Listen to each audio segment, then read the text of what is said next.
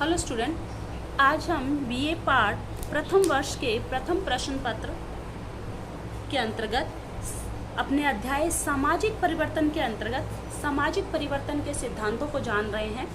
हमने अपनी पिछली क्लास में सामाजिक परिवर्तन के अंतर्गत जाना था कि सामाजिक परिवर्तन के सिद्धांतों को मुख्य रूप से दो भागों में बांटा गया है, चक्रीय सिद्धांत और निर्धारणवादी सिद्धांत। हमने अपनी पिछली क्लास में चक्रीय सिद्धांत के अंतर्गत स्पेंगलर के सिद्धांत को जाना था।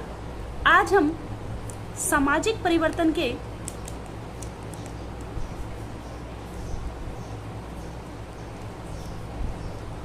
चक्रीय सिद्धांत के अंतर्गत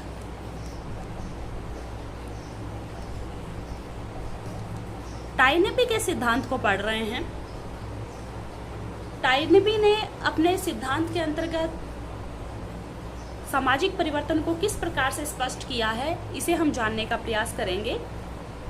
अर्नाल्ड जे टाइनेबी ने विश्व की 21 सभ्यताओं का अध्ययन किया और अपनी पुस्तक ए स्टडी ऑफ हिस्ट्री में अपने इस सिद्धांत को उन्होंने प्रस्तुत किया। यानी कि सामाजिक परिवर्तन के सिद्धांत को उन्होंने अपनी पुस्तक ए स्टडी ऑफ हिस्ट्री में प्रस्तुत किया। विभिन्न सभ्यताओं का अध्ययन करके उन्होंने सभ्यताओं का विकास का एक सामान्य प्रतिमान ढूंढा और सिद्धांत का निर्माण किया। टाइनेबी के सिद्धांत को चुनौती एवं प्रत्युत्तर का सिद्धांत भी कहा जाता है। चुनौती एवं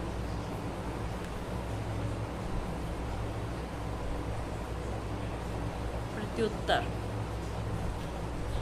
का सिद्धांत, इस नाम से भी इस सिद्धांत को जाना जाता है। अगर हम ये कोई पूछे कि टाइनेबी का सामाजिक परिवर्तन का चक्रीय सिद्धांत का क्या नाम है, तो हम चुनौती एवं प्रत्युत्तर का सिद्धांत भी कह सकते हैं। जैसे शॉर्ट नोट में पूछे कि चुनौती और प्रत्युत्तर का सिद्धांत किसने दिया, तो हम ये कह सकते हैं टाइनेबी ने दिया।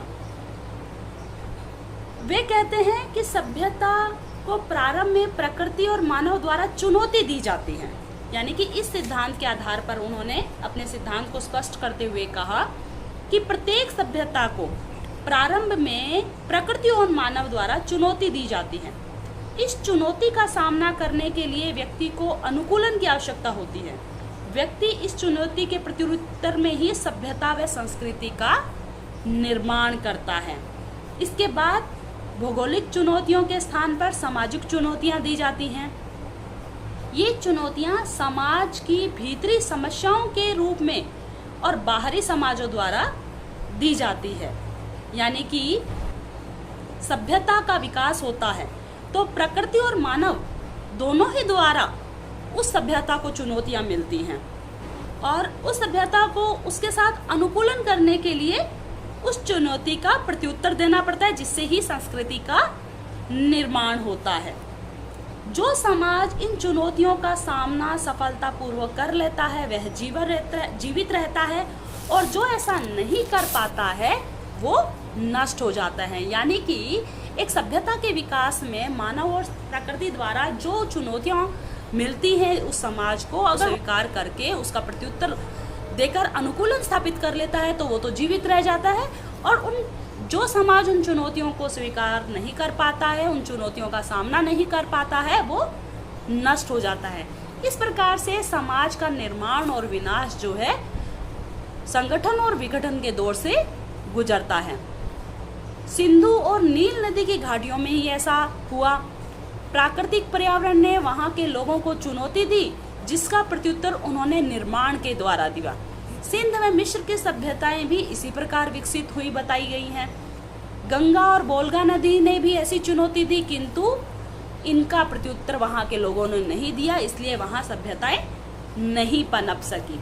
तो इस प्रकार सभ्यताओं को चुनौती जो है मानव और प्रकृति द्वारा दी जाती है और सभ्यताएं उनका सामना करती हैं और अपना निर्माण करती हैं। तो इस प्रकार जो है सामाजिक परिवर्तन चलता रहता है।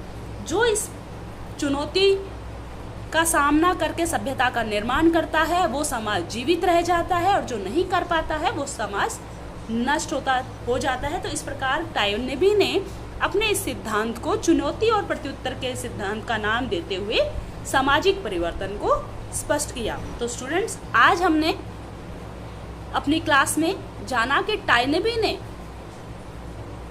सामाजिक परिवर्तन का सिद्धांत किस प्रकार स्पष्ट किया है।